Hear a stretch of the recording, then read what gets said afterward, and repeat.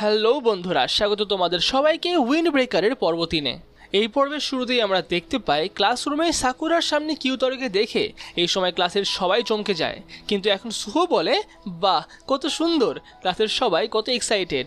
যার এই কথা শুনে এখন নীরে বলে, এর মধ্যে আবার ভালোর কি আছে। এদিকে সুহো এখন সাকুরাকে বলতে থাকে, সাকুরা কিউতরো আমাদের ক্লাসেই আছে, তুমি নিজেকে এখানকার সব থেকে স্ট্রং বলবে এটা কিন্তু হবে না। আর এটা বলা মাত্রই কিউতরো সাকুরার উপরে অ্যাটাক করে। এখন সাকুরা তাকে কোনো পাল্টে অ্যাটাক করে না, বরঞ্চ তার অ্যাটাকগুলো থেকে বাঁচতে থাকে। আর এখন সুহো বলে, কিয়োতারো ছোটবেলার থেকে এই স্কুলেই রয়েছে, আর ও সত্যি এখানকার একটা হিরো। কিয়োতারোর তো স্কুলে ভর্তি হওয়ার আগে থেকেই ওকে বোফ ইউনিয়নের মেম্বার ধরে নেওয়া হয়েছিল, তাই আসলে ওই এখানকার টপ। তাই তুমি যদি এখন নিজেকে এখানকার টপ বলো তাহলে ও তোমাকে ছেড়ে দেবে না। যেটা শুনে অন্য একটা ছেলে এই সময় সুহোকে বলে, চুপ করো তো, তুমি কি সমস্ত বলছো? তুমি তো ফালতু ফালতু ওদের ঝামেলাটা আরো বড় করছো, ওদেরকে বরঞ্চ থামানোর চেষ্টা করো। যেটা শুনে সুহো বলে, আমি আবার ওদেরকে থামাতে যাব কেন? যার উত্তরে অন্য ছেলেটা বলে, কেননা আমরা ওকে থামাতে পারবো না, আর যদি কিয়োতরো এখন না থামে তাহলে অন্য ছেলেটা মারা যাবে। আর অন্যদিকে আমরা দেখতে পাই যে সাকুরার এখন পা পিছলে যায়। এই সময় কিয়োতরো তাকে একটা ঘুষি মারতে যায়, কিন্তু সাকুরা সেটার থেকে নিজেকে বাঁচিয়ে তাকে একটা লাথি মারে। আর এই লাথিতে কিয়োতরোর নাক দিয়ে এখন রক্ত বেরোতে শুরু হয়, যেইটা দেখে ক্লাসের সবাই খুবই চমকে যায়। আর এখন সাকুরাও কিয়োতরোকে বলে, তুমি আমাকে কোনোদিনও হারাতে পারবে না। আর এরপরেই তারা একে অপরকে আবার মারতে শুরু করে। কিন্তু এই সময় হঠাৎই সেই ক্লাসের মাইকটা বেজে ওঠে, যেখানে একটা ছেলে বলছিল, এটাকে অন করবো কি করে? ও এটা আগে থেকে অনই আছে? আরে আমাকে বলবে তো নাকি? যাই হোক, তোমাদের সবাইকে স্বাগত এই স্কুলে। আর এরপরেই সেই মাইকের থেকে একটা আওয়াজ আসে, যেখানে অন্য একটা ছেলে বলছে, একটু আস্তে কথা বলো, এইভাবে কথা বললে কেউ পছন্দ করবে না। মাইকে এই সমস্ত শুনে সাকুরা এখন মনে মনে ভাবতে থাকে, কি চলছে এখানে এগুলো? এরা কি এরকমই নাকি? কত সুন্দর মারামারি করছিলাম, পুরো মুডটাই নষ্ট করে দিল। আর এরপরে সে কিয়োতরোকে বলে, এই শোনো, এই সমস্ত কথায় কান দিয়ে লাভ নেই, চলো আমরা আবার মারপিট শুরু করি। কিন্তু এই সময় সে দেখতে পায় যে কিয়োতরো এবং ক্লাসের বাকি সবাই এখন সাবধান হয়ে দাঁড়িয়ে আছে। সে বুঝতে পারে না যে এরকম কেন, কিন্তু মাইকে যে ছেলেটা কথা বলছে তার জন্যই হয়তো সব এরকম করছে। আর এরপরেই মাইকের থেকে আওয়াজ আসে, আচ্ছা আমি তোমাদের সবাইকে আমার পরিচয়টা দিই, আমি হলাম হাজিমে উমেমিয়া, আর আমি হলাম বোফ ইউনিয়নের রিপ্রেজেন্টেটিভ। যার এই কথা শুনে এখন সাকুরা ভাবতে থাকে, তার মানে এই ছেলেটাই টপে, তাই তো? এদিকে হাজিমে এখন বলতে থাকে, আচ্ছা আমি যেন তোমাদেরকে কি একটা বলবো ভাবছিলাম। ও হ্যাঁ, মনে পড়েছে, তোমরা সবাই এখন স্কুলে চলে এসেছো, তোমাদের স্কুল লাইফটা পুরোপুরি এনজয় করো। আর এমন কিছু করো যেন লাইফের একটা মিনিং থাকে। আর কোনো কোনো সময় সমুদ্রে বা পাহাড়ও যাওয়ার দরকার, কেননা ওইখানে গেলে মন খুবই ভালো থাকে। আর আমি যদি আমার কথা বলি তাহলে আমার সমুদ্রটাই বেশি ভালো লাগে। তাহলে ঠিক হয়ে গেল, ব্যাস আমরা এর পরের গরমে সমুদ্রে যাব, আর সেইখানে গিয়ে আমরা বরফের গোলা খাবো।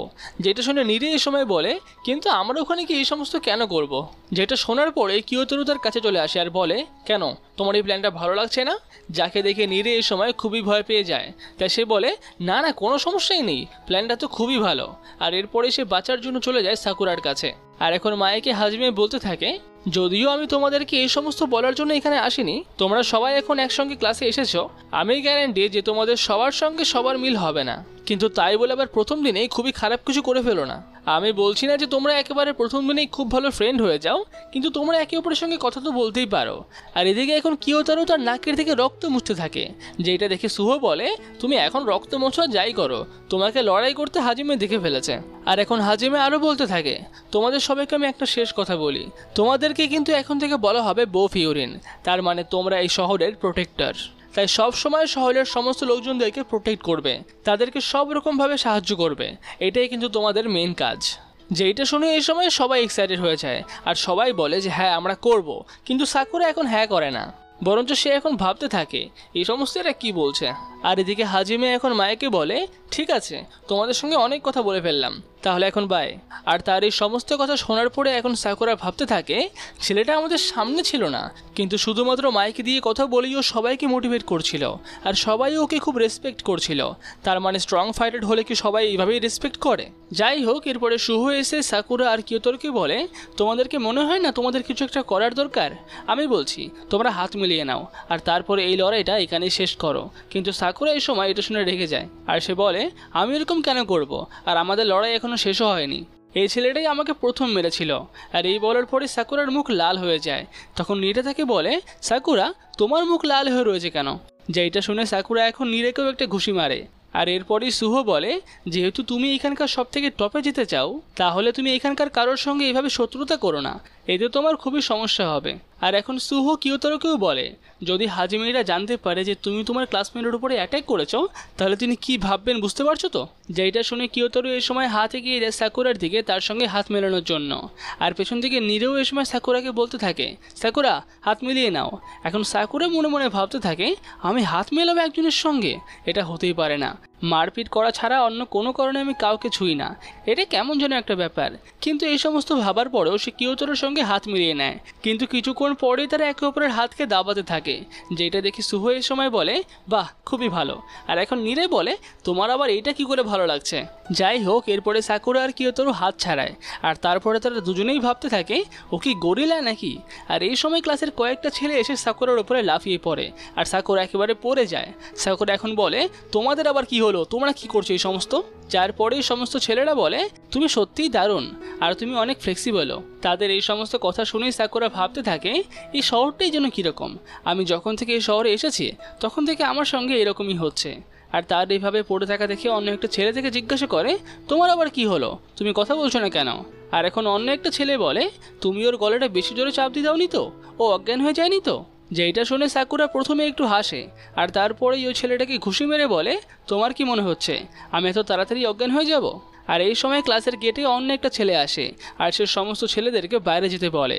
যাকে দেখে সাকুরা এই সময় বলে, তুমি আবার এখন কে আসলে, আর আমরা বাইরেই বা যাবো কেন। আর এরপরেই আমরা দেখতে পাই যে সাকুরা একটা জায়গায় রং করছে। সেই সময় নীরে তাকে বলে, এই জায়গাটা ঠিক করে রং হয়নি এখনও। আর এখন সুহো তার জন্য রং নিয়ে আসে। এইটা তো পরের ঘটনা।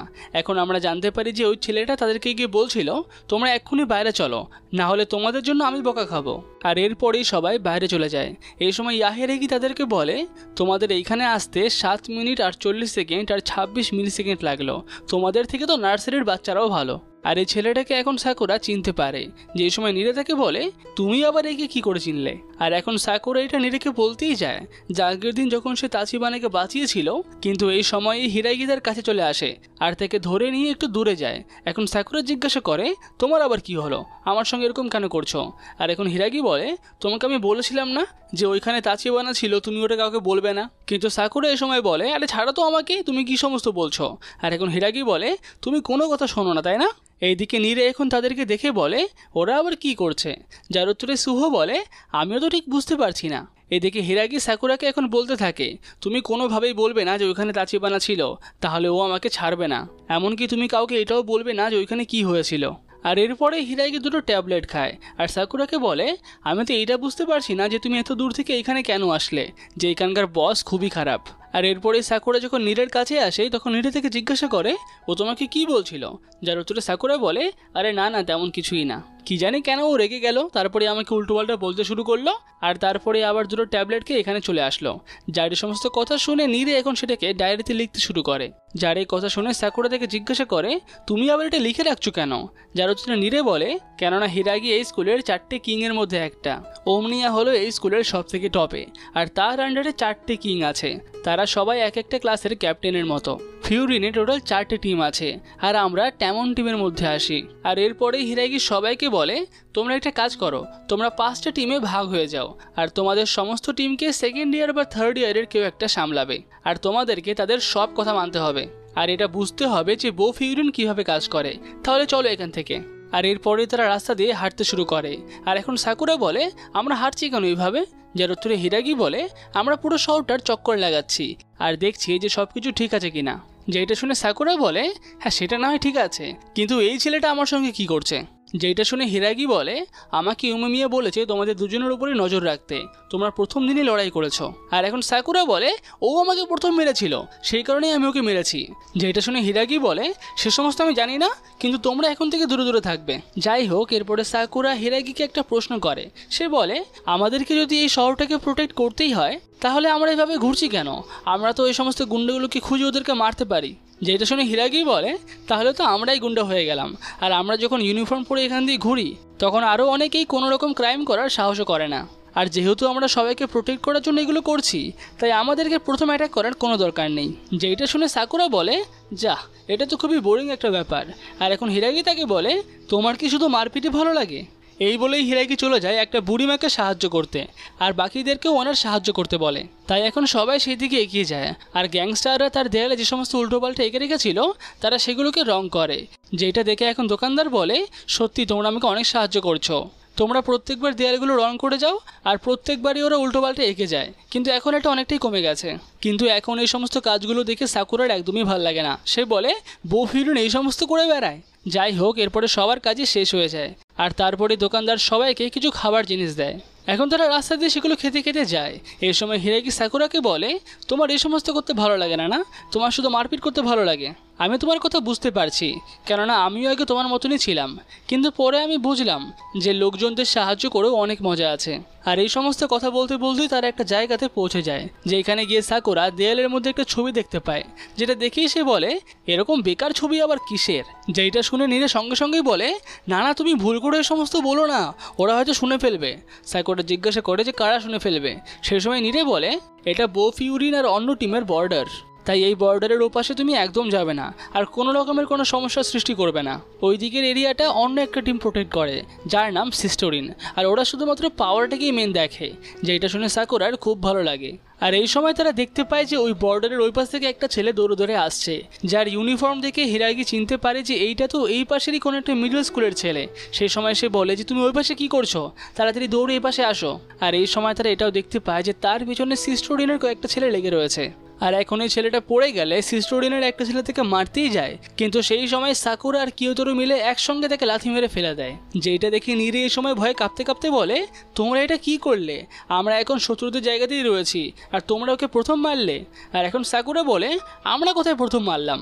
এই ছেলেটা যদি আমাদের দিকেরই হয় তাহলে ওরাই তো প্রথমে খারাপ কাজটা করেছে না। এরপরে সাকুরা কিয়োতোরুকে বলে, তুমি একটা কাজ কর, তুমি এখান থেকে চলে যাও, আমি ওদেরকে একাই সামলে নেব। কিন্তু কিয়োতোরু ওর কথা শোনে না। অন্যদিকে সিস্টোরিনের বাকি দুটো ছেলে এই সময় যে ছেলেটা পড়ে গেছে তাকে নিয়ে হাসি ঠাট্টা করতে থাকে, যাদেরকে দেখে সাকুরা ভাবে এর এরকম কেন করছে, ওই ছেলেটা কি ওদের সঙ্গেই না? আর এই সময় এখানে এন্ট্রি হয় অন্য একটা ছেলের, যে এসেই বলে, আমি দেখলাম তোমরা এদিকে আসছো, কী করছো তোমরা এখানে? আর এখন হিরাকি বলে, এত লোকের মধ্যে আমাদের এর সঙ্গে দেখা হয়ে গেল। এ হলো সিস্টোরিনের সেকেন্ড ইন কমান্ড, জো তোগামি। আর এই সময় জো বলে, ফিউরিনের ছেলেরা এখানে আবার কি করছে, আর তুমি বা মাটিতে পড়ে আছো কেন? যেই সময় সেখানে হিরাকি আসে আর জোকে বলে, তোমাদের ছেলেগুলো আমাদের এই মিডল স্কুলের ছেলেটার পিছু করছিল। এখন হিরাকিকে দেখে জো বলে, বাবা হিরাকি তুমিও এসছো, তাহলে বলো কেমন আছো? এই সময় সাকুরার জোয়ের অ্যাটিটিউড একদম ভালো লাগে না।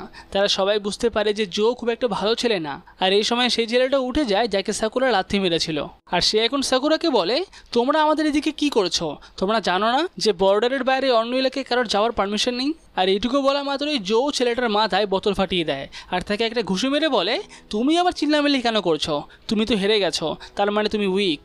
যেটা দেখে হিরাকি এই সময় জোকে বলে, তুমি ওকে কেন মারছো? ও তোমার টিমের মেম্বার না? যার উত্তরে জো বলে, না ও আর আমাদের টিমের মেম্বার না, ও হেরে গেছে, তার মানে ও উইক, আর আমরা কোনো দুর্বল কাউকে আমাদের টিমে রাখি না। যেটা দেখে সুহো বলে, আমি শুনেছিলাম এরা এরকমই, এদের সঙ্গে যারা থাকে তারা একদমই ভালো থাকে না। আর এখন সাকুরাও জোকে বলে, তুমি পাওয়ারের কথা কি বলছো? তুমি তো একটা দুর্বল ছেলেকে মারলে, আর ওকে মেরে তুমি তোমার পাওয়ার দেখাচ্ছ? আমি ভেবেছিলাম যে তুমি হয়তো একটু পাওয়ারফুল হবে, কিন্তু আমি সত্যিই ডিসঅ্যাপয়েন্টেড হয়ে গেলাম। যার পরে জো তার সামনে এগিয়ে যায়, আর এখন পেছন থেকে জোয়ের টিমের অন্য একটা ছেলে বলে, ওকে মারো তো। কিন্তু জো বলে, না থাক, এ সমস্ত করার কোনো দরকার নেই। আর তারপরে সে সাকুরার চুলের রং নিয়ে মজা করতে থাকে। আর তারপরে সে সাকুরাকে এটাও বলে, আজকে আমি তোমাকে মারবো না, কিন্তু তোমাকে আমি পরে দেখে নেব যখন আমাদের মধ্যে লড়াই হবে, আর আমি তোমার চেহারাটা মনেও রাখবো। এই বলেই জো সেখান থেকে চলে যায়। যার পরে নীরে এসে সাকুরাকে বলে, তুমি এগুলো কি করলে? এরপর তো এখানে বড় একটা মারপিট হবে আর এখানে যুদ্ধ হয়ে যাবে। কিন্তু এই সময় সুহো এসে নীরুকে একটু শান্ত করায়। অন্যদিকে হিরাকি তো এখন খুবই রেগে থাকে, যাকে দেখে সুহো বলে, আপনি কিন্তু ওষুধগুলো ঠিক সময় খেয়ে নেবেন। আর এদিকে নীরে সাকুরাকে আবার বলে, তুমি যদি লাস্টে ছেলেগুলোকে ওগুলো না বলতে তাহলে এই সমস্ত কিছুই হতো না। কিন্তু এই সমস্ত কথা শুনে হিরাকি বলে, থাক, ওদেরকে আর কিছু বলে লাভ নেই, এটা পুরোটাই আমার দোষ, আমারই আগে এই সমস্ত থামানোর দরকার ছিল। যাই হোক, চলো এখন আমরা স্কুলে ফিরে যাই, আর এই ছেলেটাকেও আমরা সঙ্গেই নিয়ে যাব। আর এরপরে তারা স্কুলে পৌঁছে যায়। তারা এখন উমেমিয়াকে সব কিছু রিপোর্ট করতেই যাবে, কিন্তু এই সময় হিরাগির মুখ দেখে সাকুরা বুঝতে পারে যে উমেমিয়ার সঙ্গে কথা বলতে হয়তো হিরাগির ভালো লাগে না। সে এখন ভাবে তাহলে উমেমিয়া কীরকম সেও এখন দেখতে পারবে। আর এরপরে তারা স্কুলের ছাদে গেলে দেখতে পায় যে সেই জায়গাটা পুরো পিকনিকের মতো করে সাজানো, আর সেখানেই রয়েছে উরুমিয়া, যাকে দেখে সাকুরা বলে তাহলে এটাই হলো সব থেকে পাওয়ারফুল ছেলে এখানকার। আর এখন হিরাগিকে দেখে উরুমিয়া বলে, হিরাগি তাহলে তুমি এখানে চলেই আসলে, দেখো আমার এই সমস্ত গাছগুলো কত তাড়াতাড়ি গ্রো করছে, তাহলে চলো আমার সাথে কাজ করো, এগুলো আরও বড় হবে। যার এই সমস্ত কথা শুনে সাকুরা ভাবে এইটা সব থেকে পাওয়ারফুল ছেলে, একে তো দেখে একদম বাচ্চা বলে মনে হচ্ছে। আর এখানেই শেষ হয় উইন্ড ব্রেকারের পর্ব 3। পুরো ভিডিওটি ভালো লেগে থাকলে ভিডিওটিকে অবশ্যই লাইক করবে, আর পরের পর্বটি দেখার জন্য চ্যানেলটিকে অবশ্যই সাবস্ক্রাইব করে রাখবে।